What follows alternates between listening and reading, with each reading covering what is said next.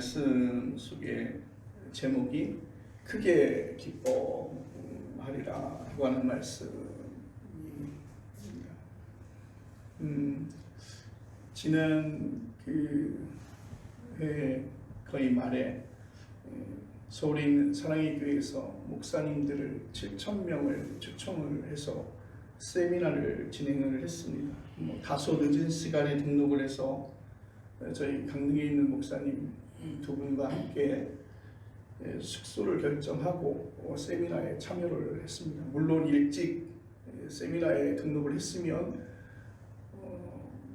교회에서 제공하고 있는 호텔에 묵을 수 있었겠지만 좀 시간이 늦어서 저희가 개별적으로 숙소를 정하고, 그리고 저녁 프로그램을 마치고 숙소로 돌아와서 잠을 잤어요. 잠을 잤는데 세 사람이 같이 잠을 자다 보니까 한 사람은 침대에서 자게 되고 두 사람은 이제 바닥에서 잠을 자게 됐습니다. 그리고 아침에 일어났는데 목사님 한 분이 컨디션이 상당히 안 좋아 보이는 거예요. 그래서 아니 왜 잘 편안히 못 주무셨냐고 이야기했더니 두 사람이 코를 하도 골아서 잠을 한숨을 못 자고 새벽에 잠깐 선잠이 들었는데 일어날 시간이 돼서 일어났다고. 그러면서 이제 목사님이 하시는 말씀이 두 분이 양쪽에서 코를 골아야 되는데 이스라엘과 하마스가 전쟁을 치르는 줄 알았다. 그런 말씀을 하더라고요.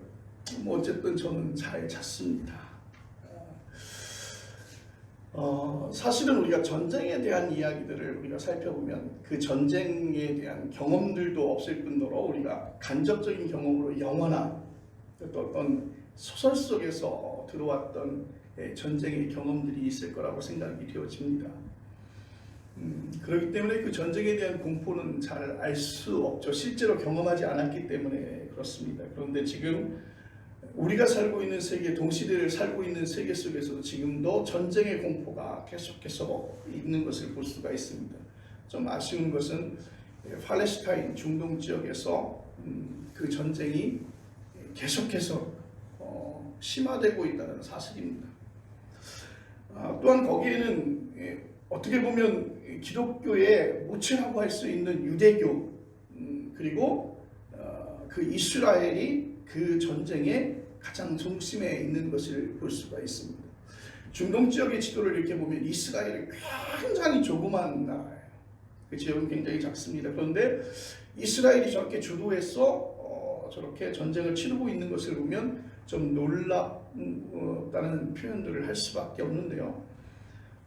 팔레스타인의 과격파인 하마스가 이스라엘 지역에 로켓포를 쏘게 되고 또 그것을 통해서 보복한이라고 정전 협정을 준수하지 않았다는 이유로 팔레스타인 사람들이 밀집해 살고 있는 가자 지구를 폭격을 했습니다. 그것이 이제 전쟁의 첫 시작이었죠. 물론 전쟁이라고 하는 것이 그 전쟁 때문에 시작되는 것이 아니라 그동안에 묵혀진 감정이나 또한 그러한 모든 행위 때문에 전쟁으로 발발되는 것입니다.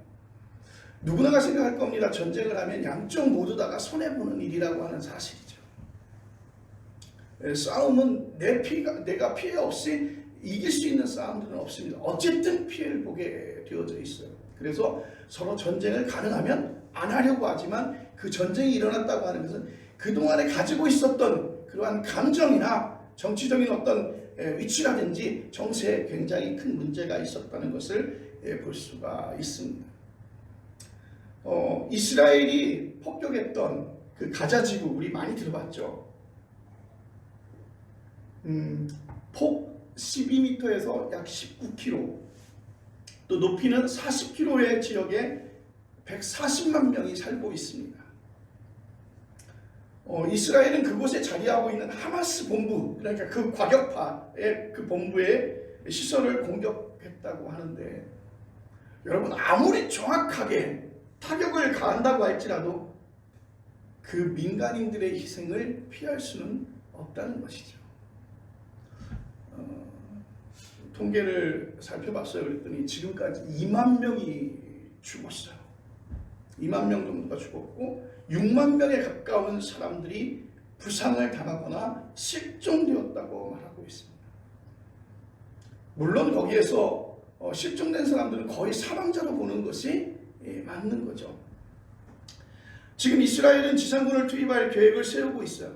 여러분, 이렇게 지상군이 들어간다고 하면 사실은 대량 살상을 예고하는 것이잖아요. 전면전을 예고하는 것입니다. 그런데 그런 생각 안 해보세요. 그 조그마한 이스라엘이 중동 지역에서 어떻게 보면 깡패처럼 막강한 군사력에 아랍의 중동의 많은 사람들의 그 세계에서 매우 큰 소리를 치고 있어요. 이스라엘이 가지고 있는 그 막강한 군사력 그리고 재원들을 살펴보면 참 대단하죠. 그런데 지난 역사를 살펴보면 이스라엘은요, 대한민국과 거의 비슷했습니다. 매우 많은 침략을 받았고요, 속국으로 살아온 나라가 이스라엘이에요. 오히려 정반대죠. 지금 정반대예요. 때리면 때리는 대로 맞았고, 그것을 어떻게 국가가 그것을 도와주지 못했던 것이죠. 기원 후 70년에 로마에 의해서 예루살렘이 파괴가 되죠. 그리고 나라 없는 세월을 장장 2000년 가까이 지냈습니다. 2차 세계대전 중에서 히틀러의 나치에 의해서 600만 명의 사람들이 끌려가서 독가스로 죽음을 당했죠. 그 이전에도 보니까 아시리아, 바벨론, 페르시아 그리고 그리스 제국으로부터 끊임없이 괴롭힘을 당했어요. 어떻게 보면 이쪽 지역에서 만만한 상대로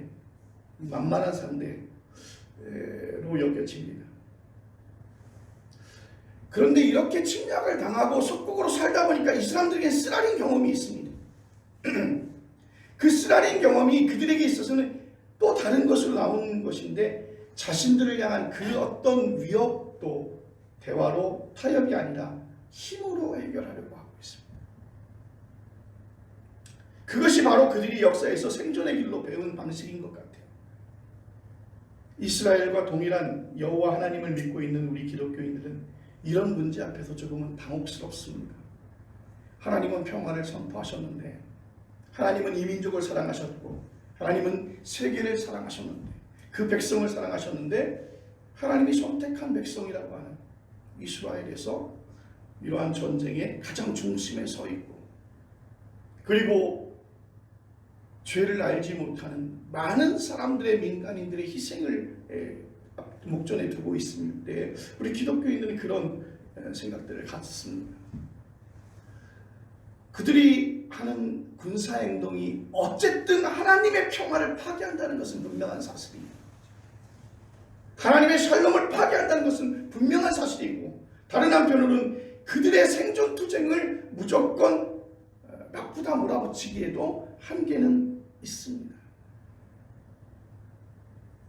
2023년의 마감과 2024년에 새해가 시작되어지고 첫 주일 신년 감사 예배로 예배를 드리는데, 이렇게 폭력의 악순환이라는 사슬에 분노하고 절망하면서 주변의 제국들로부터 폭력을 당한 고대 이스라엘의 예언자들은 무엇을 말했는지 우리는 이 시간 살펴보기를 원합니다. 지금 이스라엘이 어떤 행동을 한다고 하더라도 그들의 조상이 우리 인류에게 전해주고 있었던 예언자들의 영적 메시지만은 정말 그 무엇과도 바꿀 수 없는 아주 소중한 귀한 은혜이고 귀한 소망이고 우리에게 있어서는 절대적 가치를 가지고 있는 말씀이었습니다. 그 예언자들의 메시지는 지금 이스라엘에게 군사공격을 당하고 있는 팔레스타인 사람들에게 해당되는 말씀이기도 합니다. 이스라엘의 최첨단 폭격기로부터 공격을 당하고 있는 그들의 상황은 고대 이스라엘의 그 모습과 비슷하죠. 예레미야가 설교하던, 오늘 이 본문이 시작되는 설교하던 기원전 7세기 초는 북이스라엘이 아시리아에 의해서 멸망을 한 지 벌써 100년이라는 세월이 지난 후였습니다. 그리고 남유다는 아시리아의 뒤를 이은 바벨론의 위협을 받기는 하고 있었지만 완전히 지금 당하고 있지는 않았어요.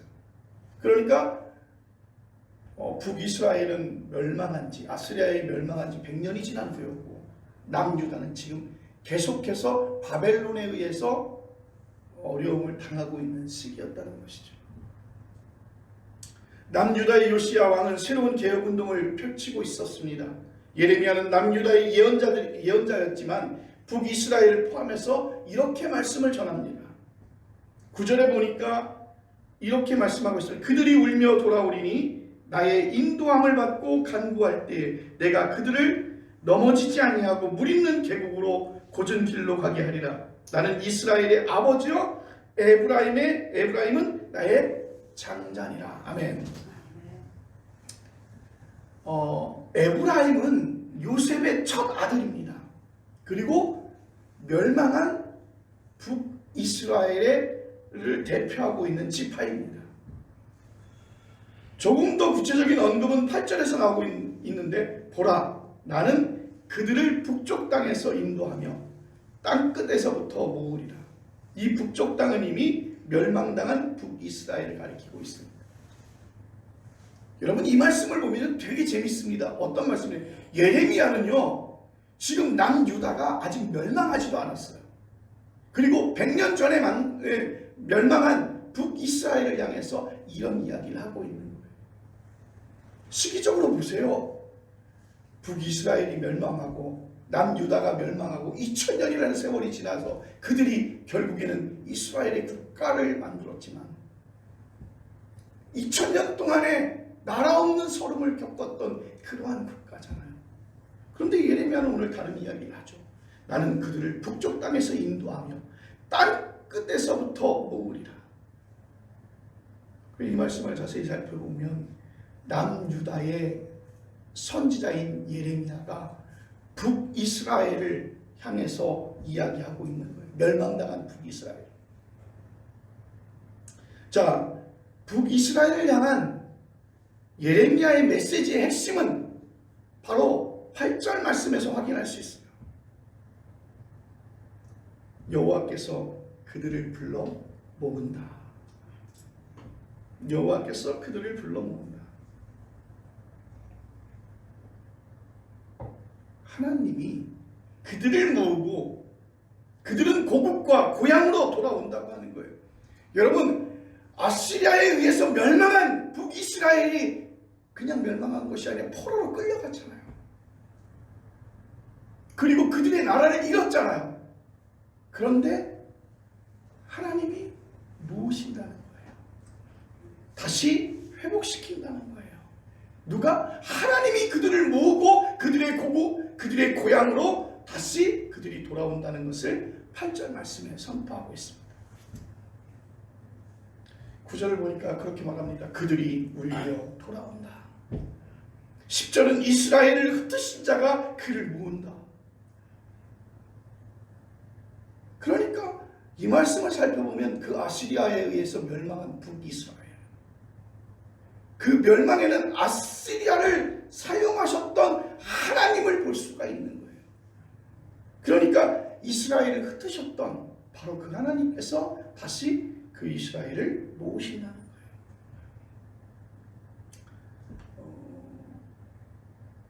우리 어렸을 때 같은 반에 있었던 학생 중에서 부러웠던 학생이 있어요. 도시락을 싸오면 그때는 소세지가 굉장히 좋았는데 그 소세지보다 더 귀한 거 햄을 싸가지고 왔어요. 저희는 그거 혹시라도 있으면 아까워서 못 먹죠. 한 번도 보지 못하는 거예요, 햄. 그런데 그 친구는 수저로 이렇게 그 햄을 퍼먹더라고요. 야, 어떻게 햄이 많으면 수저로 저렇게 퍼먹을 수 있을까? 부러웠어요. 물론 이제 그때 그 친구의 아버지는 사업을 하셨어요. 그래서 저도 그때 생각해요. 우리 아버지도 사업을 했으면 참 좋았겠다. 사업을 하면 나도 저 햄을 수저로 이렇게 퍼먹을 수 있었을 텐데. 근데 이제 거의 5학년을 마칠 때쯤에 그 친구가 전학을 가게 됐어요. 그래서 이렇게 친구들하고 이야기를 들어보면 아버지가 하던 사업이 부도가 나서 집도 다 경매에 넘어가고 아무것도 없어 할머니 집으로 가야 되기 때문에 전학을 갈 수밖에 없다. 여러분, 사업이 부도가 나고 보증을 잘못 써서 파산된 집은 보면요, 아이들이 뿔뿔이 헤어질 수밖에 없어요. 왜요? 그들이 묵을 집이 없는 거예요. 집도 다 경매로 넘어가고 아무것도 없는 거예요. 그런데 여러분, 간혹 열심히 노력해서 그 삶을 살아서 다시 그 기업을, 그 사업을 다시 일으키게 되면, 그 문제가 해결되면 뿔뿔이 흩어져서 눈칫밥을 먹었던 그 아이들이 아버지와 어머니의 품으로, 그 고향집으로 다시 돌아오는 거예요. 일제의 억압으로 중국과 미국으로 망명했다가 그곳에서 조국의 광복을 위해서, 조국의 독립을 위해서 싸웠던 사람들이, 그 애국지사들이 해방된 후에 조선 땅으로 들어오는 그 장면과도 비슷합니다. 하나님께서 그들을 흩으셨지만 하나님께서 그들을 모으신다는 거예요. 저 땅끝에서부터, 북쪽 저 땅끝에서부터 모으신다는 거예요. 여호와께서 북이스라엘에 흩어진 사람들을 모으신다는 예레미야의 이 예언은 성취되지 않았습니다.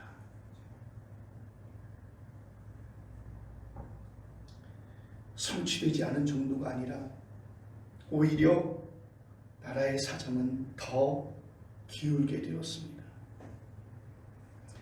예레미야가 말씀을 전하고 있는 남유다마저 그리고 얼마 후 바벨론에 의해서 함락이 되어집니다. 그들이 자랑했던 그들의 영적인 위치였던, 영적인 어떤 모태였던 그 예루살렘 성전이 파괴됩니다. 그리고 다윗과 솔로몬의 왕조가 대가 끊깁니다. 그리고 그때 그들의 지도자였던, 그들을 가리켰던 영적인 지도자들, 그들이 다 바벨론의 포로로 잡혀가고 말았어요. 재밌지 않습니까? 예레미야는 하나님께서 그들을 흩으셨지만 하나님께서 그들을 모으신다고 하셨는데, 이미 멸망한 북이스라엘을 회복시키시겠다고 그렇게 선포했는데 남유다마저 바벨론에 의해서 멸망을 당하게 된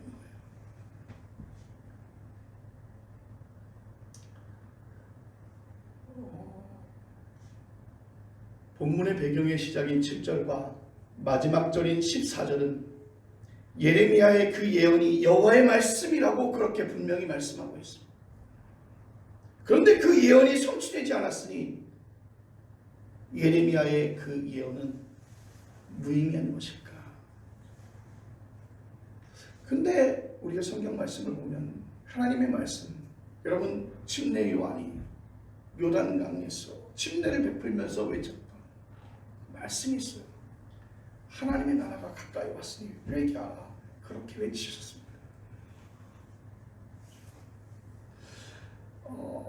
역사는 짧은 시간으로 끝나는 게 아니죠. 바벨론 포로가 끝난 뒤 이스라엘은 예루살렘과 그 성전을 다시 복원하고, 그리고 그들의 영적인 전통을 다시 세워나가기 시작했습니다. 그 뒤로 다시 그들은 로마의 식민지로 전락했어요. 그리고 여러 우여곡절을 지난 이스라엘 민족은 예수님 당시까지 나름의 민족적인 전통을 이어올 수 있었습니다. 지금의 남유다와 북이스라엘은 구분이 없습니다. 모두가 한 나라로 통합이 되었죠. 물론 한 나라였죠. 그런데 분리되었다가 그들은 다시 통일되었습니다. 여호와께서 흩어진 백성들을 불러 모은다는 예레미야의 예언은 짧게 보면 틀렸다고 보지만 긴 역사를 통해서 보면 그의 설교는 옳았던 것입니다. 여러분, 예레미야의 예언이 얼마 만에 이루어졌는지 여러분, 본문에서는 그것을 우리에게 말하고 있지 않습니다. 그것이 핵심이 아니라는 것이죠. 그의 영적 통찰이 중요한 것입니다. 그는 하나님의 말씀, 하나님을 경험하는 것이 얼마나 중요한지를 우리에게 말하고 있습니다. 예레미야는 그렇게 말합니다. 이 말씀은 하나님이 내게 주신 신탁이다. 아시리아의 제국에 의해서 삶을 완전히 파괴당한 북이스라엘의 여러 지파를 여호와께서 불러 모으신다는 그런 영적인 통찰은 아무나 할 수 있는 것은 아닐 것입니다. 성경을 좀 읽어보면요, 남유다와 북이스라엘은 한 나라였지만 분리되어졌기 때문에 사이가 굉장히 나빴습니다. 경쟁 관계였고 때로는 적대 관계였어요. 어떻게 보면 우리가 지금 살펴보는 우리의 형편과 비슷합니다. 어쩌면 예레미야가 속해져 있는 남유다는 북이스라엘의 멸망을 얼마나 좋아했을까. 100년 전 경쟁 상대에 있었던 그 북이스라엘이 아시리아에게 망할 때 사실은 남유다의 사람들은 얼마나 고소해했을까. 지금도 우리 대한민국에 적지 않은 많은 사람들이 그렇게 생각하지 않습니까? 북한이 망하기를 간절히.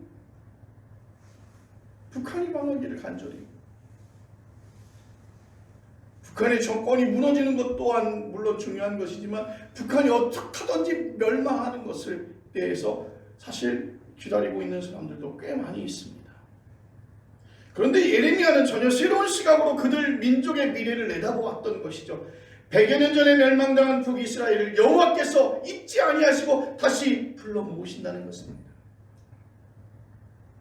그런 태도로 역사를 바라보고 그 역사적 책임을 감수하며 그 예언이 현실이 되도록 살아야 한다고 예레미야는 말하고 있습니다.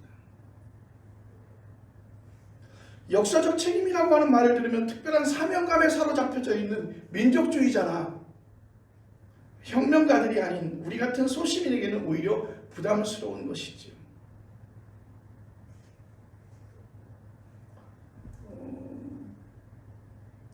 12.12 사태에 9시간을 조명해서 영화로 만들어진 서울의 달, 서울의 봄이죠. 서울의 봄에 중요한 주연을 맡았던 전두광이라고 하는 역할을 한 사람이 했던 얘기가 있잖아요.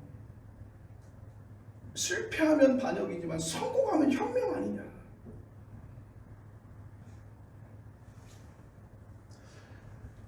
그런데 예레미야가 그 당시 민중들에게 이런 부담감을 주기 위해서 이 말씀을 전한 게 아니라 그 반대예요. 예레미야가 얘기하는 것은 오늘 제목의 말씀대로 부담감이 아니라 기쁨을 전하고 있는 것입니다.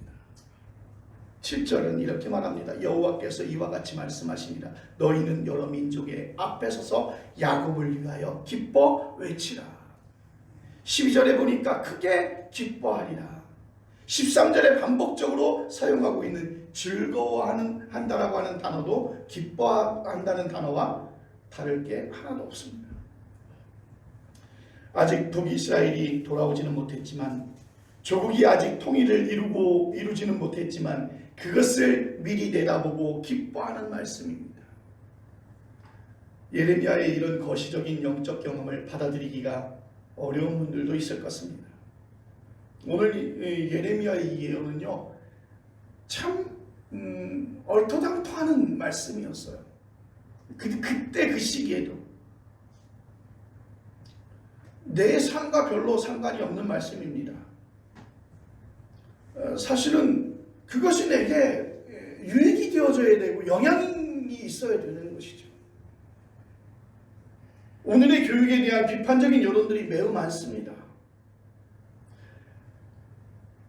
우리의 교육이 비인간적이라고 그렇게 이야기하더라도 우리 자녀만 좋은 대학교 가면 크게 상관하지 않습니다. 그렇잖아요. 아무리 교육이 열악하고 대학의 부정이 심하고 그런다고 해도 우리 아이가 좋은 대학에만 가면 별로 그렇게 불만이 없습니다. 빈익부 부익부의 현상을 가속화하는 오늘의 경제 질서보다도 지금 나에게 수입이 일어나는지 아닌지에 더 예민하고 있지 않다는 거예요. 한국 교회가 모두 개교의 이기주의에 떨어져 있어도 우리 교회만 잘 되면 크게 상관하지 않습니다.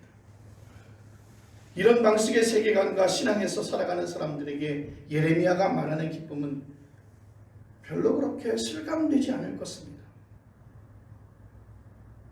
그러나 기쁨의 근원이 무엇인지만은 분명히 여러분 기억하시길 바랍니다.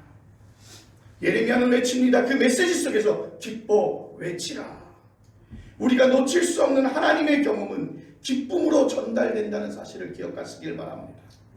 기쁨의 근원과 접촉하지 않고서는 우리의 삶은 결코 만족할 수 없습니다. 예레미야가 전하는 메시지의 핵심, 여호와께서 북쪽에 흩어진 사람들을 불러 모은다는 사실에 있다고 말씀을 드렸습니다. 그 방법은 모릅니다. 하나님께서 언제 어떻게 그 북이스라엘을 모으실지 모릅니다. 그런데 중요한 사실은 하나님께서 흩으셨지만 하나님께서 모으신다는 말씀이죠. 여호와의 불러 모으심을 예레미야는 이렇게 구체적으로 묘사하고 있습니다. 그들 중에는 맹인과 다리 저는 사람과 잉태한 여인과 해산하는 여인이 함께 있으며 큰 무리를 이루어 이곳으로 돌아오리라. 여러분, 여기에 이 말씀을 8절 말씀을 보면요, 여기에 거명된 이들의 삶을 볼 때 정말 그들의 삶이 위급한 사람들이잖아요. 맹인과 앞을 보지 못하는 사람과 다리를 저는 사람과 그리고 잉태한 여인과 그리고 해산하는 여인이 함께 있으며 그 모든 사람들이, 그 삶이 위급한 사람들이 어떻게 보면 도움이 필요한 사람들 아니겠습니까? 그 사람들을 하나님이 그들의 삶에 안전한 곳으로 이끌어내신다는 뜻입니다. 그들의 안전한 삶이 어떤 것인지를 이렇게 묘사하고 있습니다. 12절 말씀입니다. 우리 함께 읽겠습니다. 12절 말씀. 자, 12절 말씀 시작. 그들이 와서 시온의 높은 곳에서 찬송하며 여호와의 곡식과 새 포도주와 기름과 어린 양의 떡소의 때를 때와 기뻐하리라. 자, 시온의 높은 곳에서 찬송하며 여호와의 곡식과 새 포도주와 기름과 어린 양의 때와 소의 때를 얻고 크게 기뻐하리라. 아멘. 일상적인 삶의 조건들이잖아요. 여러분, 월급도 받고 안정된 직장을 얻고 그리고 수익을 보장받고 그 모든 재산을 갖다 복으로 받는 것, 어떻게 보면 일상적인 삶의 조건들이에요. 그런데 그 일상적인 삶의 조건을 얻은 사람들의 삶의 그 속성에 무엇이 일어나는지를 13절은 말하고 있습니다. 그때 처녀는 춤추며 즐거워하겠고 청년과 노인은 함께 즐거워하리니 내가 그들의 슬픔을 돌려서 즐겁게 하며 그들을 위로하며 그들의 근심으로부터 기쁨을 얻게 할 것이니라. 아멘. 요즘은 이런 것들로 기뻐할 사람들 별로 없어요.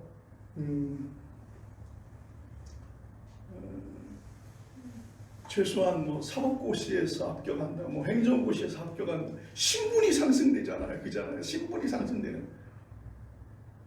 최종 합격을 해서 지금까지 살던 삶에서는 좀 더 다른 삶으로 살 수 있는, 아니면 조그만 중소기업에서 정말 그들만이 할 수 있는 특허권을 가지고 정말 대박을 터뜨리거나, 지나치다 굉장히 어렵게 살면서 사람들에게 도움을 받았던 사람이 어떻게 하다 얻은 로또 복권에 1등에 당첨이 돼서 그의 삶이 변화되는 거죠. 참 정말 황홀하고 짜릿하게 만드는 사건이야 사람들이 기뻐하겠죠. 이에 반해서 본문은 소박한 일상적 삶의 조건만을 열거하고 있습니다.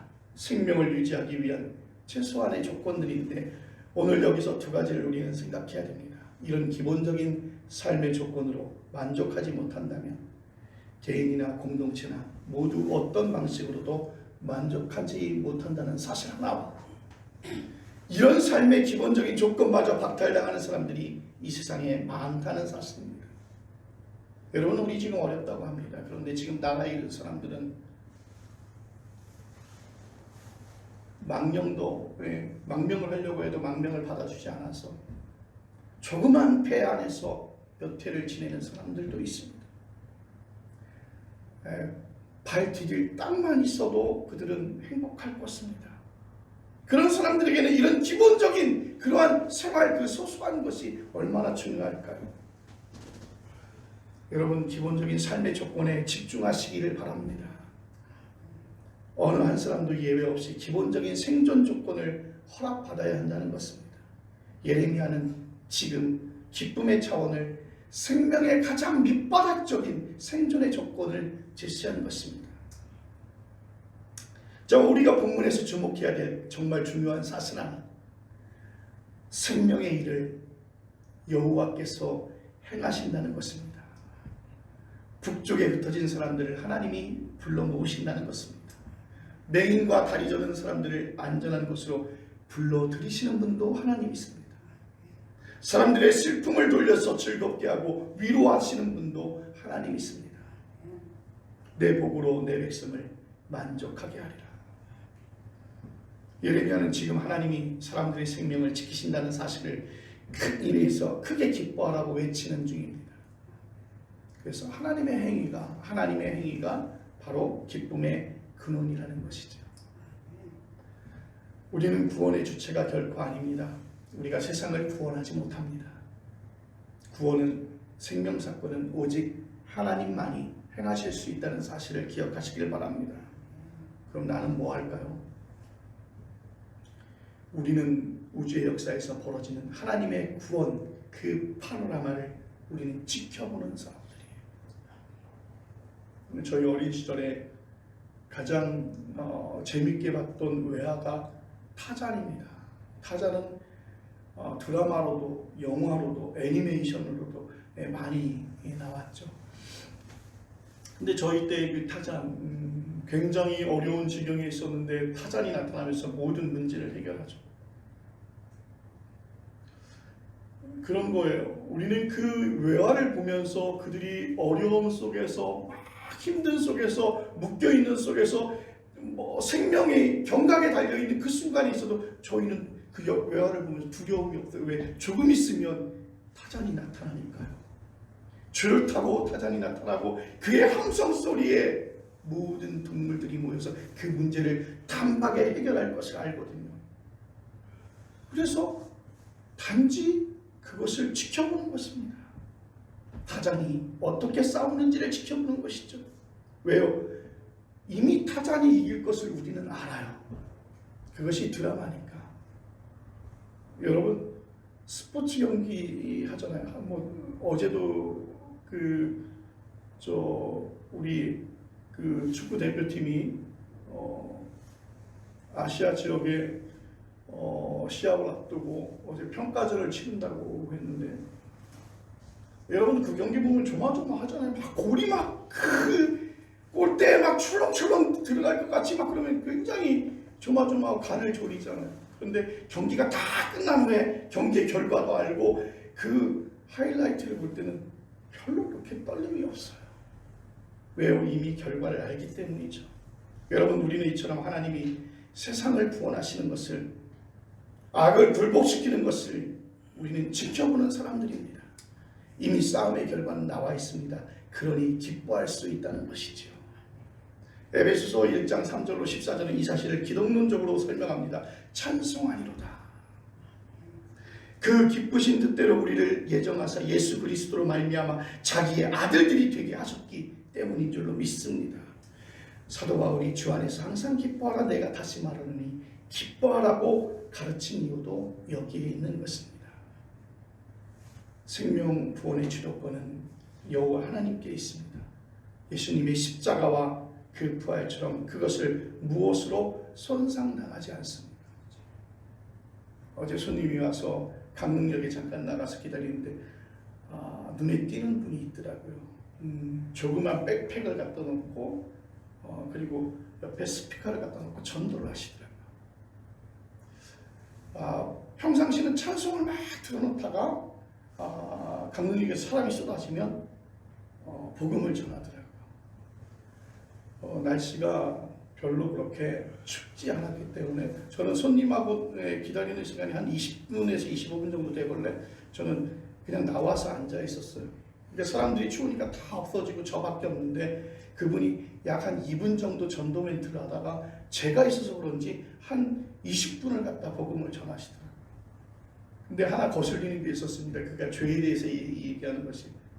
성경에서 말하는 죄는 우리가 일반적으로 얘기하는 윤리적인 죄가 아니에요. 선악과로 인해서 우리에게 흐르는 원죄를 이야기하고 있는데 이제 좀 그 부분이 좀 걸리긴 했었어요. 그런데 그분의 모습이 그 추위에서 복음을 전하는데 그의 얼굴이 얼마나 밝았는지 여러분 그 모든 주도권은 하나님께 있음을 여러분 기억하시길 바랍니다. 크게 기뻐하십시오. 그리고 춤을 추십시오. 이런 기쁨이 이 예배에 참석한 우리 모두와 그뿐만 아니라 전쟁의 화염에 휩싸여 있는 팔레스타인의 가자 지구의 많은 민중들과 또 지금 일본의 지진으로 인해서 많은 삶의 터전을 잃고 있는 그 일본 지역에 있는 사람들, 맹인이나 다리 저는 사람들처럼 생존 조건이 허물어진 사람들에게 가득하기를 진심으로 바랍니다. 어린 양의 때와 소와 때를 얻고 크게 기뻐하리라. 기도하겠습니다.